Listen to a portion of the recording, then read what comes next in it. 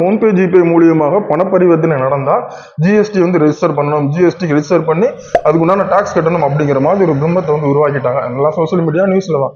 But லாஜிக்கா இந்த மாதிரி எல்லா நிறுவனங்களுமே வந்து யூபிஐ ஐடி யூஸ் பண்றது மூலியமா, அதாவது ஃபோன்பே ஜிபே யூஸ் பண்றது மூலியமா ஜிஎஸ்டி ரெஜிஸ்டர் பண்ணணுமா, ஜிஎஸ்டி ரெஜிஸ்டர் பண்ணி டாக்ஸ் கட்டணுமான்னு கேட்டீங்கன்னா கிடையாது.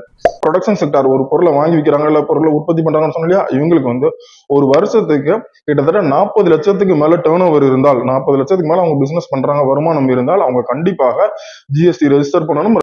வருடம் அதுக்கு உண்டான டாக்ஸ் அமௌண்ட்டையும் ப்ராப்பரா நம்ம கட்டணும். அதாவது இந்த பக்கம் சர்வீஸ் செக்டார் எடுத்துக்கிட்டோமே, ஆனால் ஒரு சர்வீஸ் செக்டார் ஒரு வருடத்துக்கு கிட்டத்தட்ட 20 லட்சத்துக்கு மேல வந்து டேர்ன் ஓவர் இருக்கு, 20 லட்சத்துக்கு மேல அவங்களுக்கு வருமானம் வருது அப்படின்னா அவங்களும் என்ன பண்ணணும், ஜிஎஸ்டி ரெஜிஸ்டர் பண்ணணும். ஜிஎஸ்டி ரெஜிஸ்டர் பண்ணி டாக்ஸ் கட்ட ஆரம்பிக்கணும். அப்போ நமக்கு இப்ப சில இடத்துல டவுட் வருது, என்ன அப்படின்னு கேட்டீங்கன்னா, இந்த யூபிஐ ஐடி மூலியமா சில பேருக்கு ப்ராப்ளம் வருதாமே, அதை வச்சு வந்து ஜிஎஸ்டி கிட்ட சொல்றாங்களாமே கவர்மெண்ட் அப்படிங்கிற கேட்பீங்க. இல்ல யூபிஐ ஐடி வச்சிருக்கிற எல்லா நிறுவனங்களுமே, ஒரு பானிபூரி கடைக்காரனா இருக்கட்டும், ஒரு மசால் பூரி கடைக்காரனா இருக்கட்டும், எல்லாருமே டாக்ஸ் கட்டணும்னு கேட்டா கிடையவே கிடையாது.